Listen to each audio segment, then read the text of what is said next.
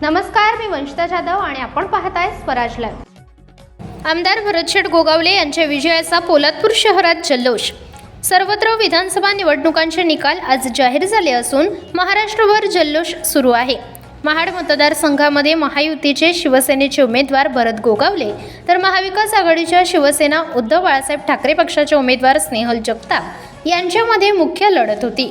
मात्र सकाळपासूनच मतमोजणी दरम्यान भरत गोगावले आघाडीवर राहत गोगावले यांनी विजय मिळवला आहे। त्यामुळे महाड पोलादपूर माणगाव येथे सर्वत्र जल्लोष असून पोलादपूर शहरामध्ये देखील खालूबाजा व डीजे लावत विजयाचा जल्लोष साजरा करण्यात आला। यावेळी शहरातून महायुतीच्या वतीने वाजत गाजत मिरवणूक काढण्यात आली। स्वराज लाईव्हसाठी प्रतिनिधी देवेंद्र दरेकर, पोलादपूर। चॅनलवर जर नवीन असाल तर चॅनलला सबस्क्राइब करा। व्हिडिओ आवडल्यास व्हिडिओला लाईक करा आणि शेअर करायला विसरू नका। धन्यवाद।